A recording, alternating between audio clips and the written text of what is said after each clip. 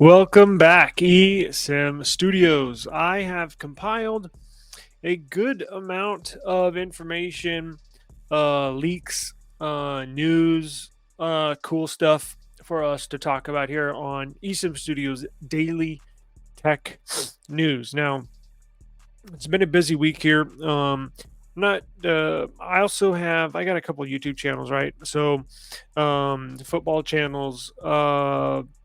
Like a pop culture channel, um, and this eSIM Studios YouTube channel. Now, this tech channel is my um, biggest one, I guess, as far as subscriber wise and viewers. But I love tech. This is the first YouTube channel I've started, so we do focus on the tech. This channel comes first, and I got a good lineup for y'all today.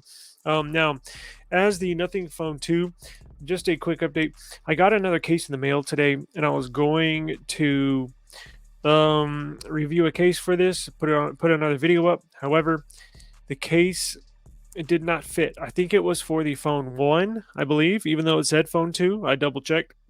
It did not fit, so we crossed that off the list of stuff to do. But we do have Pixel news, we have Samsung news, and we have Nothing news, and we have iPhone news. So, and leaks, and all sorts of good stuff. So I'm glad you could join us today. Let's get into this. All right. Now, real quick, I'm going to try a new recording style where we're going to do the daily news. As you could tell, the background has changed. I'm going to record a full episode, and then I'm going to, since we're going to cover like 4 or 5 topics, I'm going to do individual. I'm going to pause the stream. Now, this is behind the scenes. You won't notice this. You'll just see the full version without any change. Well, you'll see the change, but long story short, I'm trying something new. So just should look better, but bear with me. S24 news right around the corner. We've seen the specs leaks. We've seen all sorts of leaks come out. We basically know what the device is going to have internally. Should be a badass device. Better screens, bigger batteries, fast as hell CPU, better internals across the board, and last but not least, it's going to have a flat display. Thank you, Jesus. It will have a flat display. We will be able to join the flat display of the Pixel 8 Pro and the flat display of the Nothing Phone 2. S24, yes, you will be able to put a glass screen protector on there. No more stupid sand dome or sandstone dome, whatever the hell those $70 glass screen protectors. No, I'm not into that. With the curved glass, I'm not into that. So S24, we know what the specs look like. We know what it's going to come with. Now, today's when we get the very first look at what it looks like. We have dummy units. Yes, dummy units are available. Now, when the Galaxy Z Flip 5 was about to release, maybe a month or two before it was released, a leak of the dummy unit was available. In the dummy units, what is a dummy unit?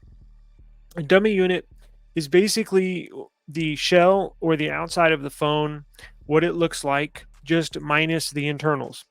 So now they may add some weight in there just so it feels like a phone, because if it was hollow, it'd be really, really, really light. And we'll get into more. I got more photos. Trust me, I got more photos than what's behind me. But you see behind me the S24 Ultra on the right, S24 Plus in the middle, and S24 on the left. Now, this is an important update because they now they not only upgrade the internals to flagship specs across the board, not just the Ultra. The S24 Plus and the S24 are going to upgrade specs to flagship specs. So you shouldn't see much variation. Of course, there'll be some, but not much between the 3 devices. Dummy units are typically made for case companies. Samsung will get the mold, will get the dummy unit. It'll look just like it now. Obviously, you can't turn it on, but what they do, Samsung will send these units to Spigen. They will send these 3 units to Caseology. They'll send these 3 units to Casemate, to Casetify. So the case companies, it generally takes about a month and a half, 4 to 6 weeks to get the mold. When they get these dummy units in, case companies will because they don't case companies don't need to worry about what's in the inside, right? They just need to cover the outside, but it needs to be precise. So this is exactly what the S24s will look like. Um, the case companies will get the mold of the case, and then they'll, do what they do, make cases. And then once the S24 series is announced and released, that's how you have cases from Spigen, from Caseology, from Casemate, from Casetify, from day one. That's how these case companies have cases ready to roll on day one. Now, smaller. That's why this Nothing Phone 2, it took it took a couple months for cases to start being made for this Nothing Phone 2. Nothing is a smaller phone company. These case companies know that they're not going to sell a gazillion Nothing Phone 2 cases. That's why not many people support it. They know they're going to sell Samsung, iPhone, and a little bit of Pixel. So it's imperative. And before the iPhone 15 was released, we saw dummy units of iPhone 15s. But let's get into the what it looks like, because it's really cool. The S24 and S24 Plus, I freaking love the design. You are too. Check this out. It's going to look very similar to this Nothing Phone. Now, they're not going to have a clear back on it. It's not going to have lights, but it's going to have the flat mid-frame. It's going to have the flat border all the way around. S21 was rounded. I'm talking about the sides here. S22, a little less rounded. S23, even a little less rounded, meaning it was even more flat. But on the S24, they're going completely flat rails, flat border all the way around, which you could say mimics an iPhone. I'm sure some people are going to hate on Samsung, saying, "Oh, why'd you make it look like an iPhone? You copied iPhone." I don't care about that. Look, I've always said, and I'm not even an iPhone person, but I've always said iPhones, they look beautiful. They look really, really nice. It's just the classic design. Now, they've held on to that design for quite a while, but Samsung's moving to this very sleek, nice, classic looking design. Let's check it out. Let me share this screen. Hang on one second. Let me make sure. Okay, check this out. We are right here. All right, watch this. So we got now the dummy units are leaked. So check this out. Samsung seems to have embraced the flat sides and sharp edges that even Apple has moved on from. So even Apple modified their design. So this it won't look like an iPhone 15. It'll basically mimic and or look like the sides I'm talking about, like the this part of the phone, like the 90-degree angles from the screen to the side to the back will look like this Nothing Phone 2 and or iPhone 14 Pro or Pro Max. But let's look at these pictures. You can't really tell from the back. Now on the S24 Ultra, it gets an even more square design. But that's all right. Let's see. Yes, it is boxy. Here we go. Here's the juicy. Here's the good stuff. So look at this. So here's the iPhone. It even tricked me. here's the S24. Damn. Here's the S24. Now you can't tell me that doesn't look like an iPhone or this Nothing Phone 2. If the Nothing Phone had a all white back, and if the Nothing Phone had one more camera, you would not be able to tell the difference. I promise you. It looks exactly the same. Now, obviously the power button and the volume buttons are not lined up, but Samsung, this is a classic design. This is the best looking possible phone Samsung could have put out for the Galaxy S series. Now let's look. That's the S23. Let's look at the S23 Plus. I believe that's the S23 Plus right here. Very, very nice. And this is in the white design. You can tell. Check this out. It has two mics up here. which is interesting because all my phones have one mic, and all my other phones in the past have always had one mic up top, which is good. The more mics, the better. Better sounding audio, calls, recording, all that good stuff. Now this one's at a little lower angle, but you can tell damn near boxy. The S24 Ultra, I don't think is going to have a 100% flat side on the right or the left side. The S24, S24 Plus have a completely flat side. This might be slightly curved, it looks like right there, but we will, I mean, the screen will be flat, but it just looks like they might have curved the sides a tiny bit, and that's just so the phone is so big, that's so it feels better in your hand, right? So let's see. I was hoping that we would get a better shot of the S24, but I guess S24 Ultra. Is there any more? See, this is what the S23 looks like, or S23 Plus. It's not completely, you can tell it's just slightly curved around the sides, and this is completely flat. So basically, it'll take on this design right here, as we just previously saw. So these will be confirmed for a January announcement and late January, early February release date.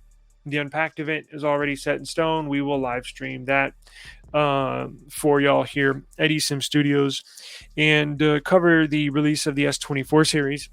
We will be getting an S24 Ultra. I was not planning on getting one, but when I saw that they were going to put flat displays on the Ultra and just the sheer power that the Snapdragon 8 Gen 3, I knew it was going to be faster, but I think what sold me is the flat display. Once I heard that, I was like, all right, I got to get it then.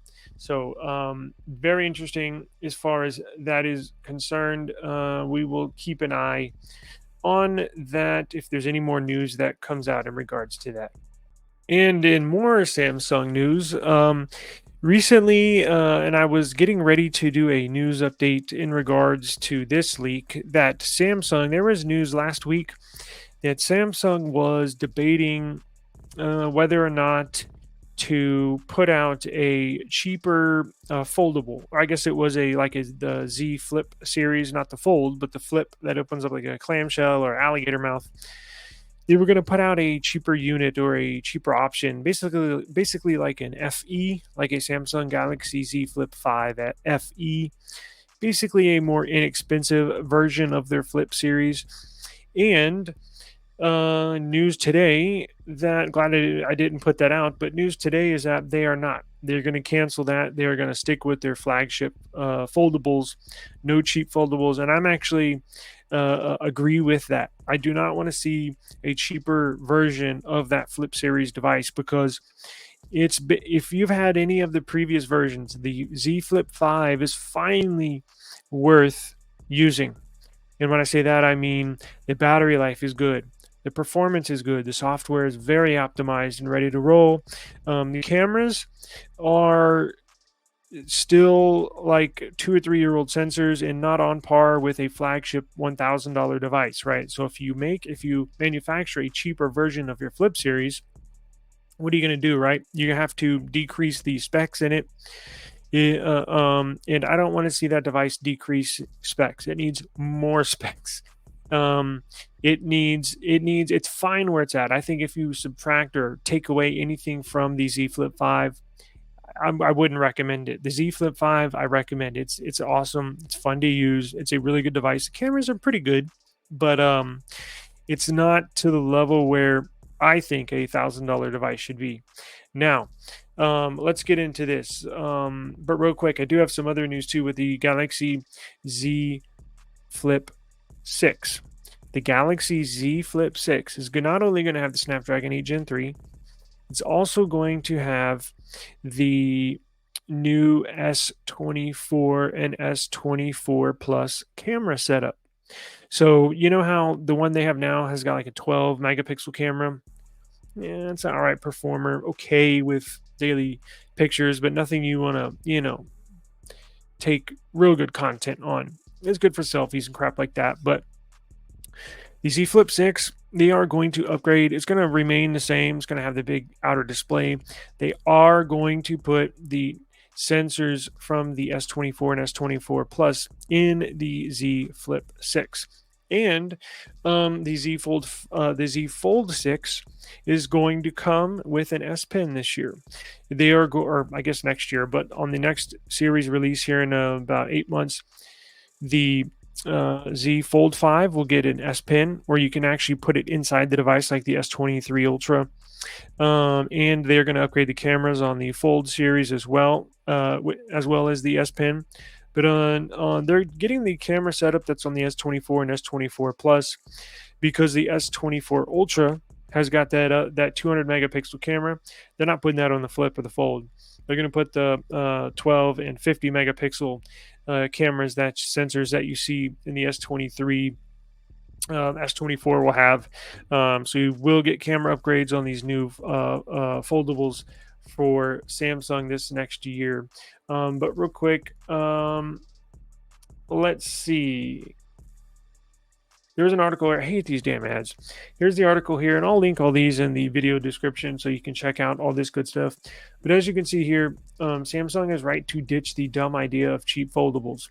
I think they're where they're at because, like I said, if you reduce any of these devices and their specs, I don't want to see that, right? We just got to the point where I think you can recommend them. In the past, a Z Flip 3 had the worst battery life I've ever had on any device. It would last basically 3 or 4 hours, and that's not even with the screen on all the time. The battery life was horrible. The Z Flip 4 was better, but still looked the same, right? Still had the same camera sensors, still had that little outer display. But this Z Flip 5 where we're at now is a really good device. I definitely recommend it. Battery life is really good. Display really good, software really good. But this Z Flip 6 and the next generation or iteration of these foldables, Samsung's going to take the next step. So the last thing you want to do is go backwards on these foldables. They are very delicate, and I think right now is the sweet spot. Even though they are a little expensive, look, you can get them relatively cheap when Samsung releases them with their excellent trade-in offers. So I just thought I would pass that little news on. A new report just came out, a new study that I believe it was 87 or 88% of all. Now this involved asking teenagers, right, from 13 to I guess 19, basically middle school to high school age kids, and they did it in different parts of the country, which is what I looked into. Because at first, well, let me tell you this: 87 or 88% of teenagers that were asked have an iPhone or plan on getting an iPhone as their next device or their first device, which is kind of it's surprising, not shocking. I knew it was up there, but I didn't think it was basically almost 9 out of 10 kids. Now they did this poll included kids from different parts of the country. This was not all, because that's again what I first wondered was, well, did they just go to a school and ask a bunch of kids? No, apparently this was a more in-depth study.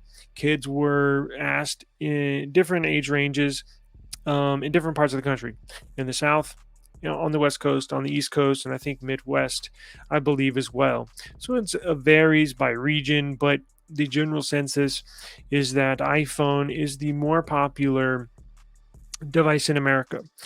And that's not surprising. We all knew that, right?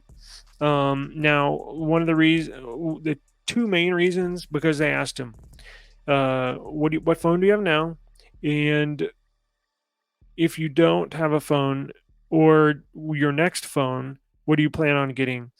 And like I said, 88, I believe, percent said iPhone. Now, the second question was why? And the two main reasons that the teenagers basically explained why was one was FaceTime, and two was iMessage. So basically, and look, Apple knows it. Apple does their own internal studies. Samsung does their own internal studies. When you're running a billion-dollar company, you have money for R&D, research and development, different departments, advertising, sales department, legal, all sorts of different stuff. Well, this is one of them. I think they call market research or something, where they actually have a team that conducts their own internal studies. So Samsung knows this, Google knows this, nothing knows this. It's nothing new. But it is interesting whenever these studies do come out to just kind of reflect on and see why it's headed that way. It's good news for Apple, but these companies need to know these numbers because they can plan their marketing, whether you're iPhone, whether you're Apple or Samsung or Google or nothing. Um, you can plan your marketing around these numbers. Now, let's look at the study real quick. And as you can tell, I have a picture of some teenage girls taking a selfie with an iPhone. Pretty interesting. Okay. Just kind of funny, whatever. Let's see. Let's go to right here. So the title says stupid ads. And I'll link this in the description so you can go check out this as well. Android isn't cool with teenagers, and that's a big problem. I mean, we all knew that. It's not, like I said, it's not shocking. Nearly 9 out of 10 US teenagers use an iPhone, spelling disaster for Google's mobile future. Look,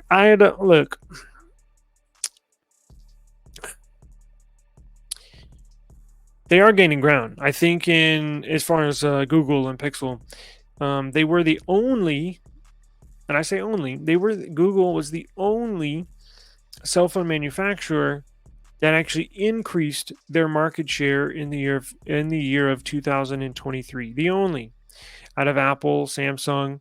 Now, a large part of that is due to their A series devices, which we have coming up. Don't go anywhere. But look, Google is on the right path, right? They have a nice, classic, sleek, unique. That's very important to be unique design. And so they're on the right path. They have the right formula. It's kind of like a football team, right? And once you get your quarterback, that's the most important piece of the puzzle. Once you get a quarterback, that's the foundation. That's what you can build around. Well, having a appealing, unique, nice, elegant looking device, in my opinion, is the foundation. Once you nail that, then you can move forward with marketing and trying to sway some of these people's opinions or wants as far as their next cell phone. But let's get into the study. It says Apple finally managed to overtake September, surpassing 50% market share for the first time. Now, this is in US, correct? Yes, in the US. Android has held top mobile OS spot for years. Okay, so Apple just passed 50% of the US market in almost a little over a year ago. Let's see. Yeah, with teenagers, it's interesting because they get pressured, right? They get pressured from the friends, from their social groups. If you don't, it's the stupid green bubble thing. It's the stupid messaging thing. Now, nothing looks to change that, and we'll get into that here shortly. But yeah, 88%. So look, I'm not really surprised. I kind of knew it was like that. It's just interesting. We will have to see. Now, this is not, this is going to take years to develop and play out and to see what happens. This is definitely not an overnight change, but it is possible. I'm not going to say Google can claim 50% of the US market. I don't think that's possible, right? But I think they can chip away at the market share that Apple has. I think if they get good branding and or depending how they market these Pixel devices, I think they can gain some ground, although it's a little bit, right? Same thing with Samsung. Look what they're doing. We just reviewed the new S24 series. Looks pretty close to an iPhone. Now, that's not the reason why these teenagers said that they are sticking with Apple, right? They didn't say anything about design. They were saying iMessage and FaceTime. So, since that, and Apple knows this, and that's why they do not want to give up any ground when it comes to iMessage and FaceTime. And if it's not for nothing, if it's not for these apps like Sunbird that come in and can kind of bridge the gap, that is going to be imperative. Now, I hope Apple does not sue nothing. I hope Apple does not take legal action against Sunbird. I mean, technically, I was looking into the details. It doesn't look like they're breaking any laws. Like, they're technically, and we'll go through how Nothing is setting up this iMessage deal on their Nothing Phone 2 in a minute. But that's bridging the gap, right? You put a bridge over that. Now, FaceTime, I don't think is obviously it's not supported on the Nothing phone or any other Android phone.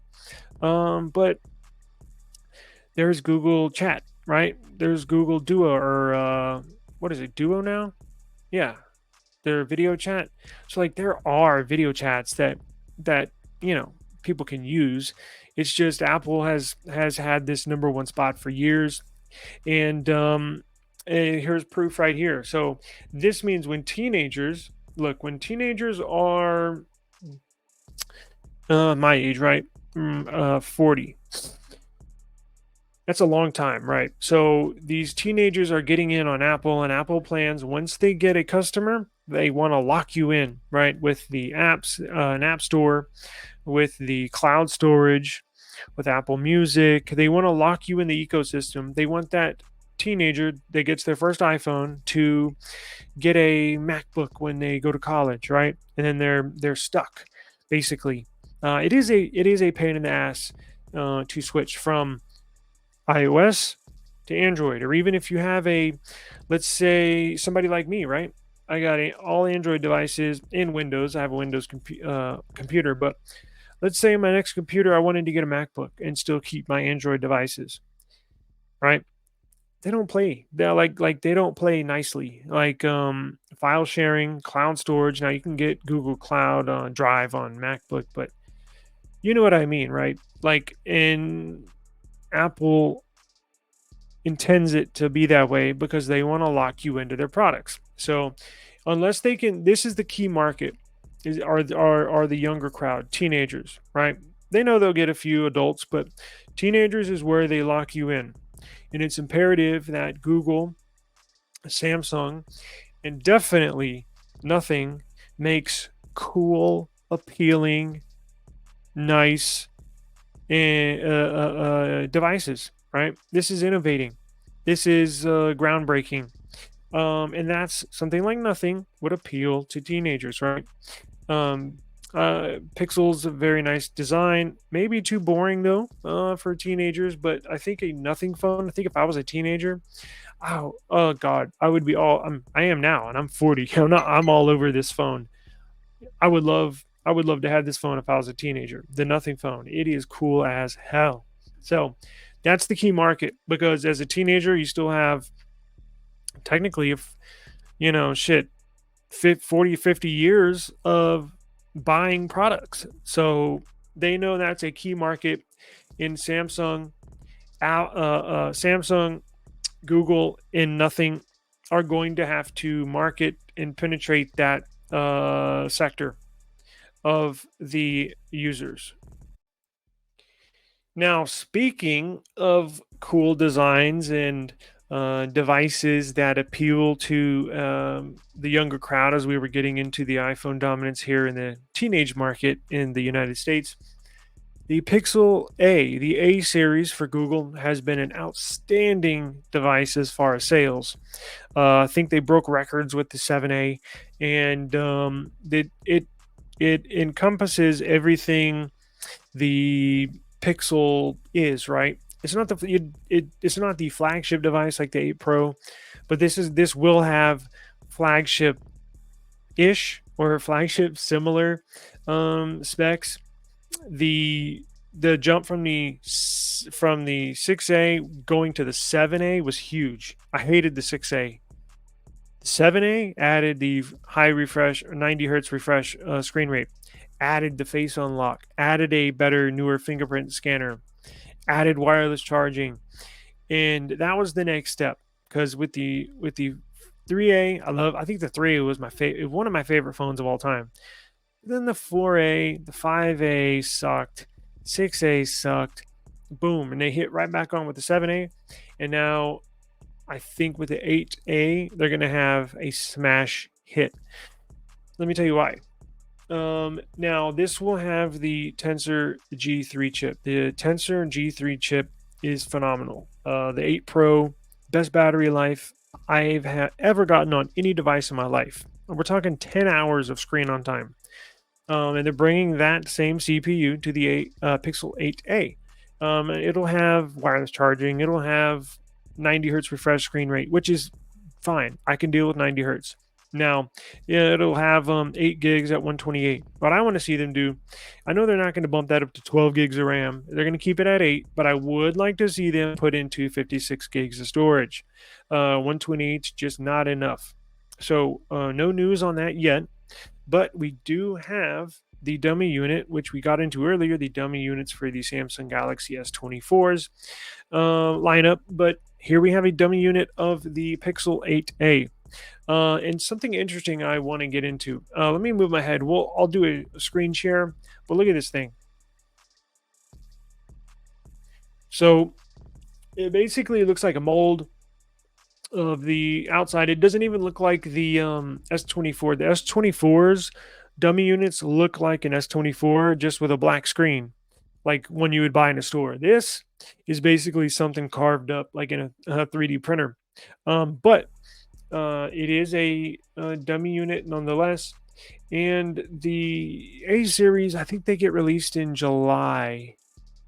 Yeah, somewhere right around there, July. So this is like relatively pretty new. Typically with dummy units, as I explained on the S24, is to send off to case companies so they can mold their cases and have the cases ready to purchase alongside the phone on day one. So I think this is still too early. Uh, I don't. You don't see too many dummy units that look like they're made of foil. So I'm not sure. Oh, let me get into something. Let me do the screen share. Check this out. Where are we? Right here. I want to show you something interesting.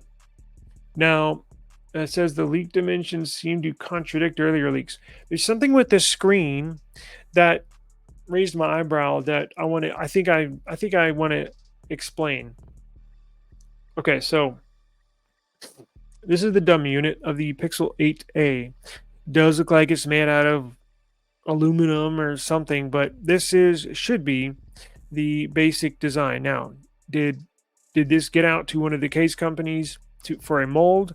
I don't believe so. I think this is the like pre dummy unit, right? This is like the dummy unit they make as a mold before they send out to the dummy unit for the case companies, because this looks like something that Google printed up just to see how it feels in the hand and kind of the basic design. Say, oh yeah, kind of like that. Oh, I think the this one, doesn't. They do that. They do all that. They make, like, for example, when I believe there was a little short documentary on OnePlus YouTube page, maybe I want to say like 3 or 4 years ago. So when OnePlus was making the 7 or 7 Pro, they went behind the scenes of how they make it, this and that, and they went into a OnePlus office and they showed a bunch of units, devices, dummy units that they basically molded or carved or constructed, kind of like this one.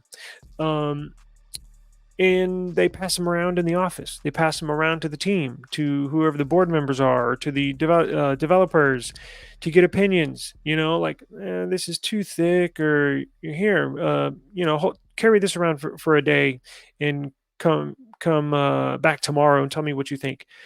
So OnePlus had like 12 or 14, maybe I think it was maybe like 15 or 16 dummy units that were all slightly different a little bit, or maybe the camera sensors were off center to the left a little bit or in the middle, but they all had like 15 variations of the OnePlus 7 Pro that, I don't really like this one. Now let's scratch that until they finally get it down to like two or three that they like, and then they go with that, right?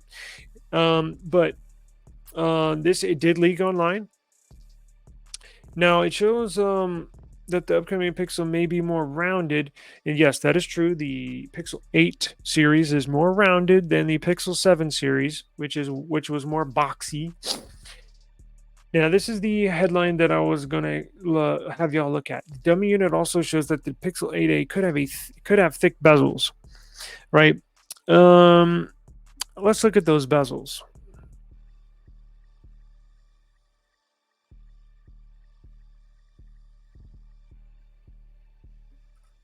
Well, where's the picture? Okay, can y'all see this? Can you see? If you can't, I don't think I can zoom in anymore, but look how thick those bezels are. We haven't seen bezels like that on a phone in years. I don't believe that's what I don't believe that's what the 8A is going to look like on the front. That's like looking at the screen, because you see the hole punches right here. I don't believe that's true. I think it's a dummy unit. I think they just carved it up to basically for the look and feel, or it's not going to have bezels like this. There's no way they're going to go back 5 years, back to 2015. Those are ginormous bezels. But again, this is not the final design. This is like a dummy unit they constructed to basically, eliminate, or to see how it looks and feels in the hand as far as the dimensions. But let's get a good view of the back there. As you can tell, it looks like a Pixel. In the left side of the device, it will have a flat display. And the right side of the device. So very interesting there. Look, it is early. There's going to be tons more stuff that's coming out. Does it have dimensions here? The handset would be that's pretty thick right here. That's really thick, making it slightly slimmer and smaller than the last generations. But this new leak says the dimensions are taller and basically the same. So it should be a little taller. 153 compared to 152. The other numbers are basically the same. Interesting. Yes, we knew that. On the back, it was, yeah. So again, it's just a new first leak, first kind of real eyewitness of the 8A. They were considering canceling the A series devices, but it's imperative that they keep it, in my opinion. In Japan, I think it was the number one selling. It was very popular in Japan. I believe Japan was the highest.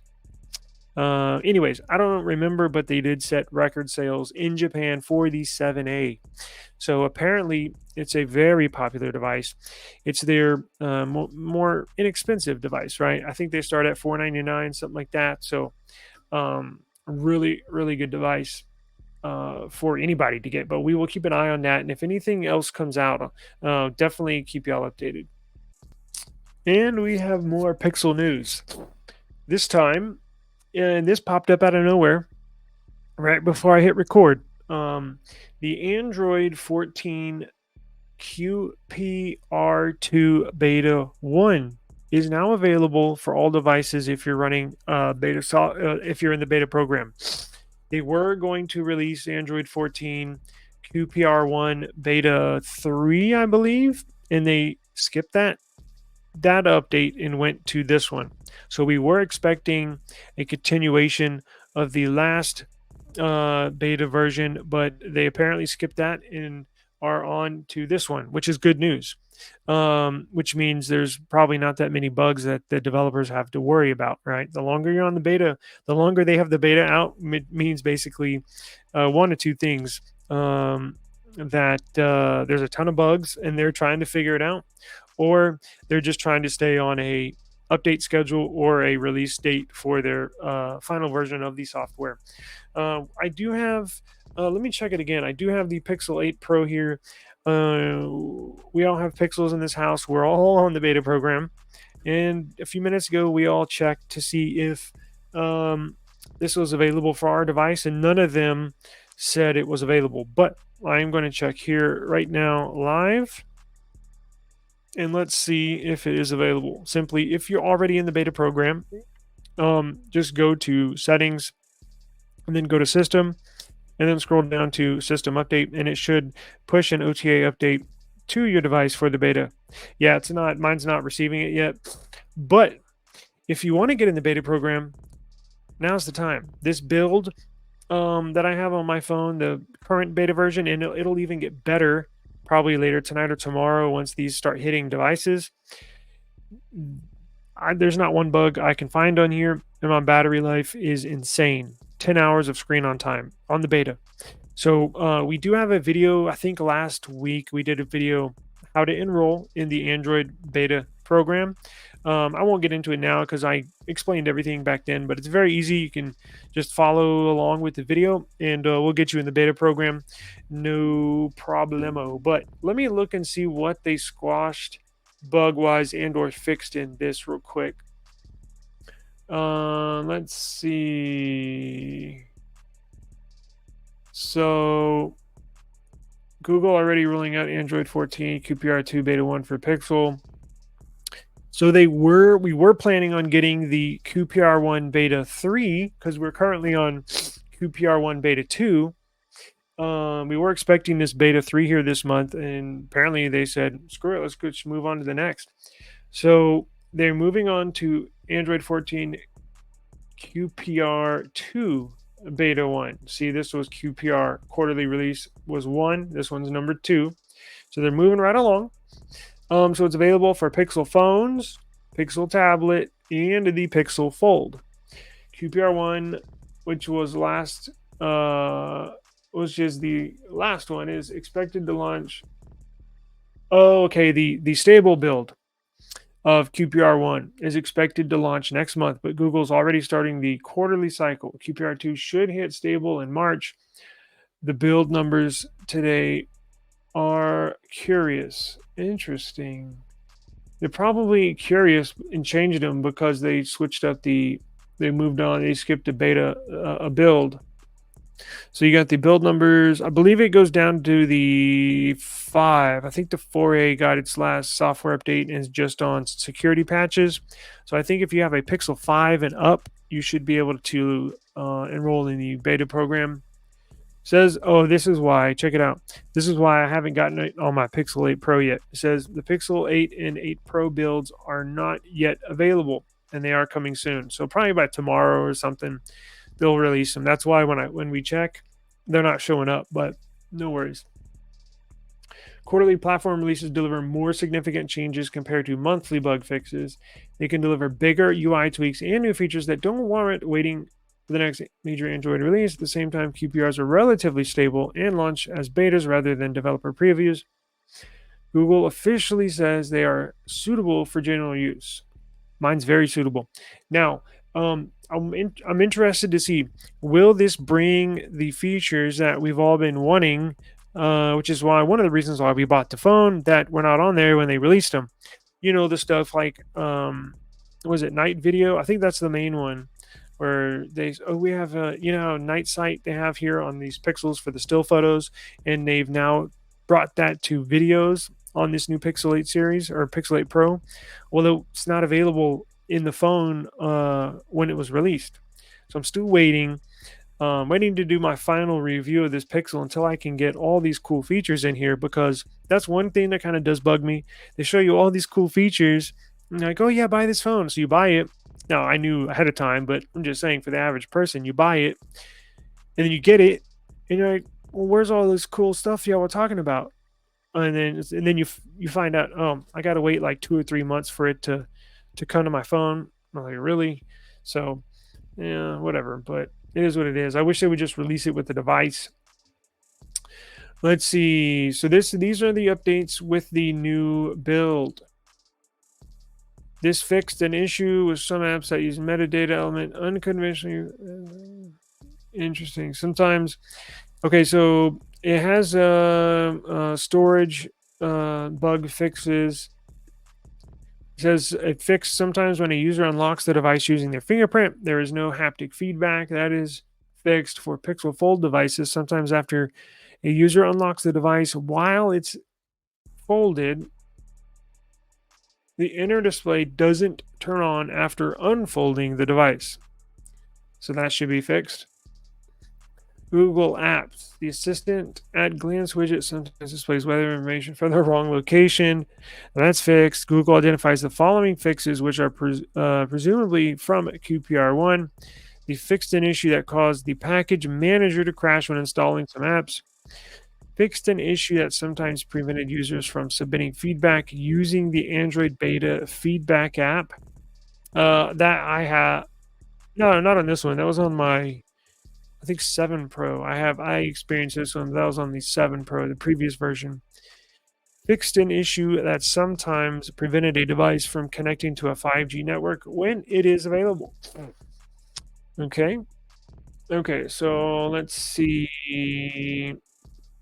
So they've got, you can again, I'm going to link this in the description. So if you want to check out all this info, you certainly can. It looks like the beta build is out and available. So if you have a Pixel Fold, you have a Pixel tablet, you have a Pixel 7, 7 Pro, 7a, a 6, 6a, 6 Pro, or a 5a, you're good to go. You can download this beta, check for it in your settings. If you're currently in the beta program, it should be there. Or if you want to enroll your device in the beta program, as soon as you enroll, it'll tell you you have an update. And when you download the update and install the update, this will be the build that you get. So you always get the most current one that's available. So again, we do have, they said they have a guide here in the link. Now, it's up to you, but there's multiple ways of installing it. We've also made a video on that. Easiest way is just sign up online on their developer page. So you just simply sign into your account, select the device that you want to enroll, and you hit submit. And then you wait literally probably a few minutes, and the notification will be on your phone. Or just wait a few minutes after you submit the enrollment, and then go into your settings and check for an update. It'll be there. So that's the easiest way. You can sideload these updates. You can download the zip and flash them, do all that stuff. But the average person, and look, I used to do all that stuff. I used to modify custom kernels and ROMs and flash this and flash that. Those days are long gone. I'm not trying to deal with any of that. It's a hassle. It's a waste of time. Just, so that's why I kind of like to keep one foot in the developer world with me being enrolled in these beta programs.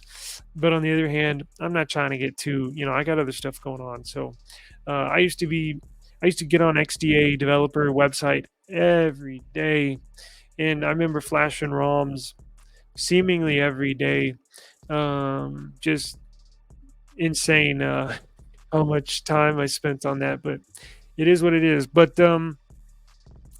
yeah, so if you need any more information, it basically explains everything. If you need any more information, go to the link, and/or I might link those videos that tells you how to enroll and/or install it in the description box as well. So if you do want to do that, we got you covered. No worries. Last and certainly not least, I wanted to save the best for last, at least in my mind, right? The most exciting news or the most intriguing news that I'm interested in for eSIM Studios daily tech news segment is the Nothing Phone 2 integrating iMessage into their device. Now, it was announced yesterday morning. I put out a video yesterday explaining the announcement, what it means, to the tech world in general, right? So it is a big deal. It's a huge deal. It's a very, very big deal. In my eyes, it is. Now, you ask the average person, let's say you go to downtown or you go to your local grocery store and you just stop a random person and ask them, have you heard of do you know what a nothing phone is? And no, you could ask 1,000 people. There's not one person that's going to know. It's such a small niche device, but it's a very, very needed company and device in the tech world. Now, obviously, have you heard of an iPhone? Oh yeah, I know what an iPhone is. 1,000 out of 1,000 people will know what an iPhone is. Um, but look, let's go a little deeper in what it means. Right? We got into a little earlier the poll the survey that asked the bunch of teenagers around the country, basically, do you have an iPhone, or if you don't, do you plan on getting one as your next phone? And 88% of the teenagers from 13 to 19 years old said yes. Yes. So this market is very heavy dependent on iPhone as far as the younger demographic. Now, I say that because the two reasons, the next question, when they said, yes, I have an iPhone, or yes, I plan on getting an iPhone, the next question was, why? And the two main things that were brought up that the teenager said was one, FaceTime, right? That makes sense because I'm sure their parents, family have iPhones. But the other reason they said they were going to stick with iPhone is because iMessage. So FaceTime and iMessage. Now, we'll see, but I don't think anything can be done with FaceTime. I'll give you the middle finger. So the last thing that the other thing that keeps them buying iPhone is iMessage. So we can eliminate one of those two reasons for keeping teenagers stuck on iPhone. Nothing is bridging that gap. Now, the announcement came yesterday. We did a video about it, explaining it. Now, going into last night and this morning, I started to, your mind starts to wonder, and like, yeah, I wonder, especially somebody like me that's, I'm a very detailed person, but a technical background, I guess you could say. Um, how does it work? How do they do it? Right? Like, okay, everything's gonna work. Your read messages, right? So if you're on your nothing, oh, hang on. If you're on, I'm trying to get ahead of myself. If you're on a nothing phone, nothing phone two, and you message an iPhone user, right? After nothing chats application is available on the Google Play Store, and you download it and start using it. Like, how does it work, right? So the iPhone user, if I message somebody with an iPhone, it'll look just like another iPhone. Message them. The read receipts work, meaning like you'll be able to tell if the iPhone user read your message. They'll be able to tell if you've read their message, and the typing dots work on their end. Typing dots work on our end, on the Android end. The photo's clear, video's clear, it's encrypted, so everything works, right? It just works. So, right, how do you do it? Well, we did get some news today as far as how this works. Now, I'll get you into it right now. So nothing worked with Sunbird. This Sunbird is a Sunbird application that basically now their app is in beta. I've been given access, but I haven't used it much, and quite honestly, I don't know many people that have iPhones, so that's why. If you go to the Sunbird, and I'll put a link in the description. If you go to the Sunbird website, if you go to the App Store and you download Sunbird, it'll say it's in beta or you have to sign up. So if you go to their website, you sign up, and you basically get on the wait list. They're rolling it out in segments. So the Nothing developers worked with the Sunbird app developers that are basically pairing these two worlds together. And it's interesting because let me pull up just how exactly they do it. It's very interesting if you're into this stuff. Let's see, where are we? Let me turn the volume down on that. Here we go. So, this article is a great article, and it basically describes how everything works, right? Oh, and I did find out real quick. This is not available. Bummer. This is not available on the Nothing Phone 1. Unfortunately, I assumed it was. There was no news yesterday.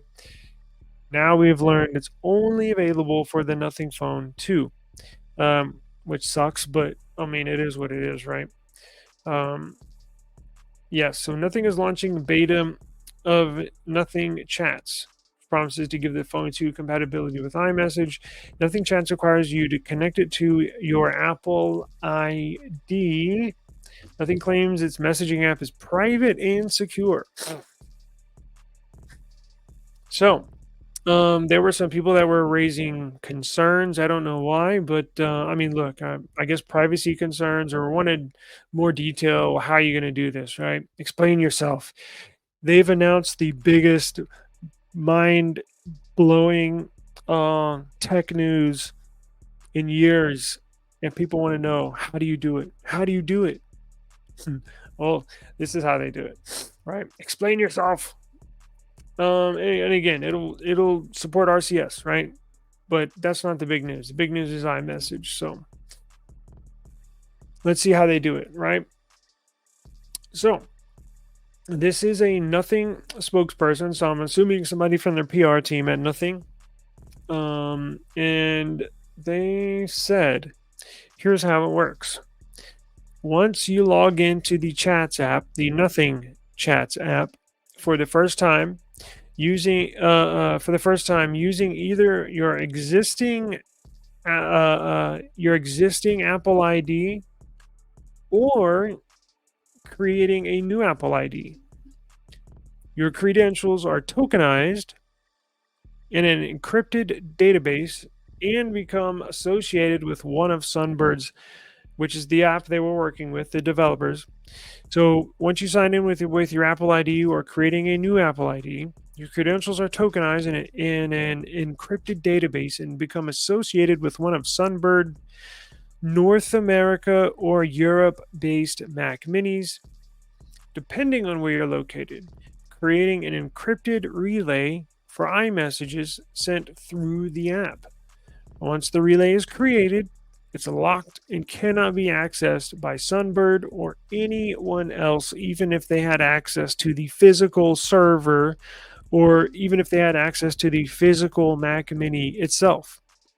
The only action Sunbird can take with the relay is to delete it.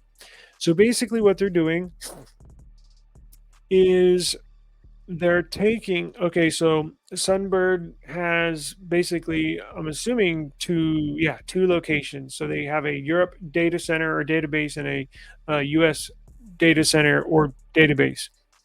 And basically, they have, I'm sure, probably thousands of Mac Minis, actual little, it's like the little desktop. It looks like a little Android TV box, right? It kind of looks like this. Like a little box, right? The Mac Mini, you know what they look like. Well, apparently those, you can sign in to a ton of Apple accounts on those Mac Minis. So what they did is, I'm sure they have thousands of them in a data center. Now, once you sign in on your phone, on your Nothing Phone 2, and you create an Apple ID, it creates an Apple ID on that Mac Mini, wherever their data centers are, whether you're in the US or in Europe. So it'll physically route it it'll route your Apple ID to a physical Mac Mini. And then from there, it'll communicate between you and your phone, and then between you and your phone to whoever the end user is. So if I, let's say, text to my uncle who has an iPhone, I'll be texting him it relays the message, relays back and forth through that Mac Mini to my uncle, through that Mac Mini to my uncle. Now, as they were saying, those Mac Minis, um, they cannot access if somebody gets into that data center and tries to pull info from the thousands of computers that they have. They're saying uh, no, once the relay is created, it's locked and cannot be accessed, whether it be by Nothing, Sunbird, or anybody that has physical access. So um, it's pretty interesting. I mean, I kind of figured that's how they did it, but I wasn't 100% sure. I had a couple other ideas in mind, but I'm glad we got some explanation. It was really cool. The spokesperson further added that Sunbird has certification and is currently working on ISO 27701 certification. And that is an international recognized specification for an information security management system. Nothing reportedly partnered with Sunbird because it delivers end-to-end encrypted messages without ever storing them at any point. And remember, Sunbird cannot even access it. The London-based firm also says that the information Sunbird holds onto is the account email, but Sunbird deletes that information if a user is inactive for 2 weeks. So they're saying all the only information we hold is that simple Apple ID, and that's it. And it will be deleted if you don't use it for 2 weeks. Interesting. While in this publication, Android Authority says while we still have our concerns, at least Nothing has shed some light on how data will be handled for its new app. Nothing Chats will be available on November 17th in the Google Play Store for the US and other countries. So, yeah, it's very interesting. I'm very excited. Can't wait to get again. Uh, I think I'm being honest here. My sister has an iPhone. My sister, her husband have an iPhone, and there's somebody that I do record podcasts with. Excuse me, two people I record podcasts with that have an iPhone. So it's basically, very small number of people, but I'll definitely come. What is that? Friday. Download it, sign in, start testing it out. So yeah, big news. And this is the brains behind the operation. But look, it takes somebody. Excuse me. It takes somebody or something or an entity like Nothing, a company, to take this first step. Now, I hope Apple, I'm sure they are flipping shit over this because they know that, that's what's holding people onto iPhone. So, let's see. I got a message. Let me wrap this up. So, as I was saying, it's imperative. It's big news. Again, taking that first step. So, I hope Apple, knowing them, they probably will try to do something legally. I hope they don't, but knowing them, they might.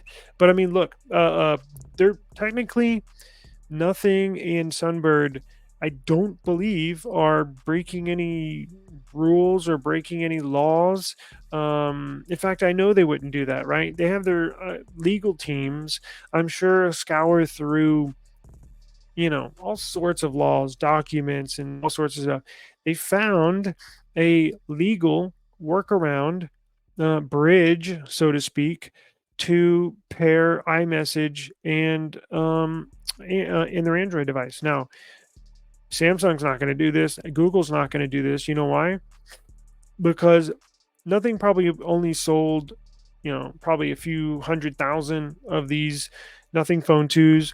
So let's say however many number of Mac Minis they have to have. If Samsung or Google did this, and they can do this the same way. However, they would have, how many phones they sell? Millions and millions of phones. That would just be too big of a scale to operate, basically. So this is perfect for Nothing to carve out a niche. They found a niche advantage and are taking advantage of it. So I think this is brilliant. I cannot wait to test it, and we'll see how it goes. So, for eSIM Studios, my name is Taylor Bell. Thank you very much for joining us today on this really exciting day. A ton of stuff going on. So, please join us. Subscribe to the channel. If you got any questions, comments, if I got something wrong, you want to correct me, please do. I always welcome that. I know a lot, but I'm not a know-it-all. I don't know everything, but I try. I try for y'all, right? I try. So, anyways, subscribe to the channel, comment, like, share, do whatever you want with it. But take in the information. But just promise me you'll catch me on the next one because we're gonna have a ton of cool stuff on the next one as well. So, again, eSIM Studios, I do appreciate it. Thank you for your time, and we will see you on the next one. Peace out.